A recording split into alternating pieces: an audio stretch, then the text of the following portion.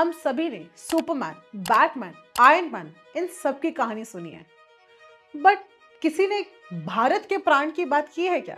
जी हाँ, मैं बात कर रही हूँ हमारे अपने मर्यादा पुरुषोत्तम भगवान श्री रामचंद्र की। हाल ही में सुरुचि प्रकाशन ने श्री राम जन्मभूमि के नाम से 2 भागों में कॉमिक पब्लिश की है, जिससे 500 वर्ष का हिंदू समाज का संघर्ष और श्री रामलला का संघर्ष बहुत सहज तरीके से दर्शाया गया है। ये कहानी हमें किसी एक सेगमेंट में या किसी एक एरा में नहीं लेके जाती, परंतु उस एरा से जहां पहली बार विचार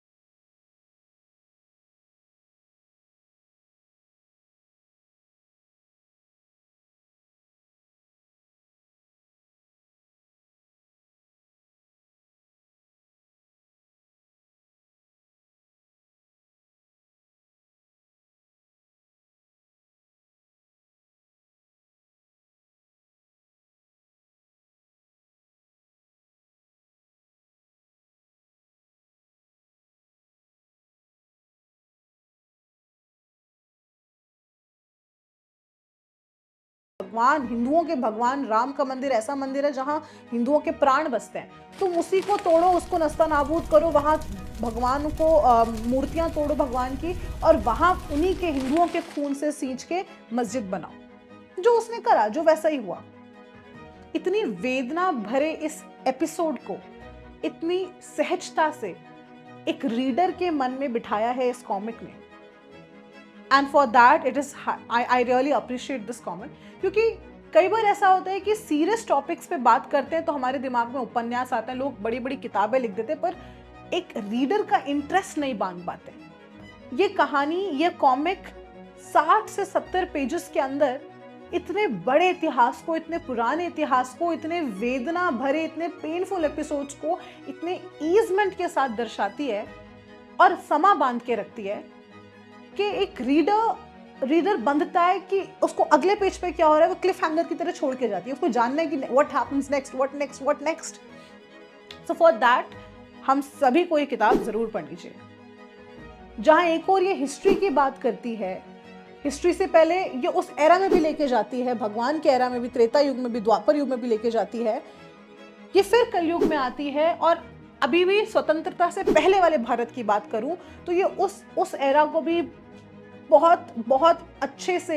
इलस्ट्रेशंस के साथ, कार्टून्स के साथ, ब्यूटीफुल कलर्स के साथ दर्शाती है कि जब अंग्रेजी कॉलोनियल पीरियड था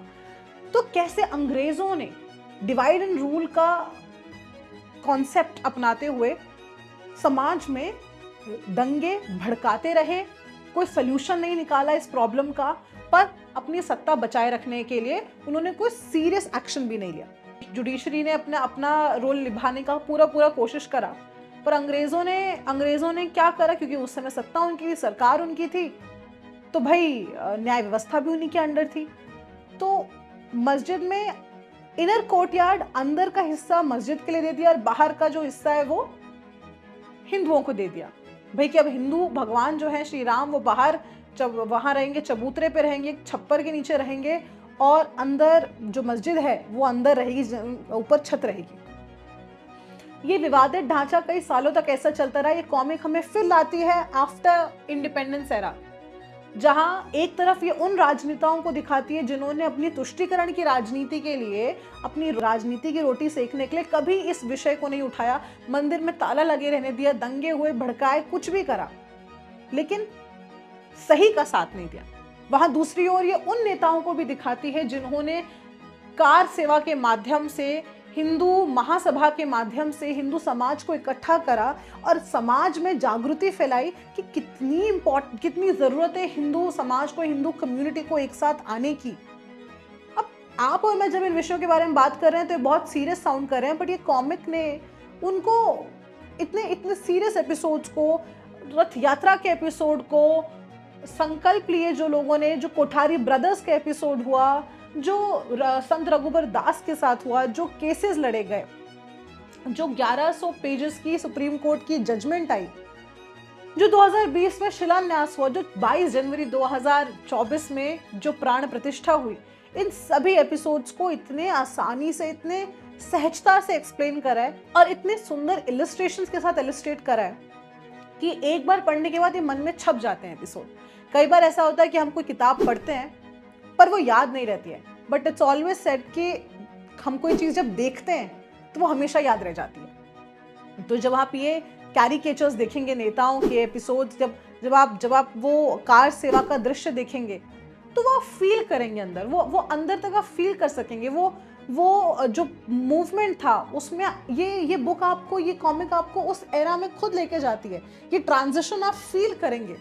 आपको लगेगा कि आप उस टाइम में 1983 में, आप 1992 6 दिसंबर 1992 में हैं। आपको लगेगा कि आप 2020 में हैं, आपको लगेगा कि आप 2024 में प्राण प्रतिष्ठा को महसूस करा है आपने। तो मेरा आप सभी से निवेदन रहेगा कि इस किताब को जरूर पढ़ें, इस कॉमिक को जरूर पढ़ें, अपने बच्चों को पढ़ाएं, उनके हाथ में आईपैड ना दें, उनको टीवी के आगे कोई रैंडम कार्टून ना दिखाएं, परंतु ये कॉमिक्स, ऐसी किताबें पढ़ाएं जिससे समाज में, बच्चों में संस्कार पैदा हो, संस्कार उनके अंदर जाएं और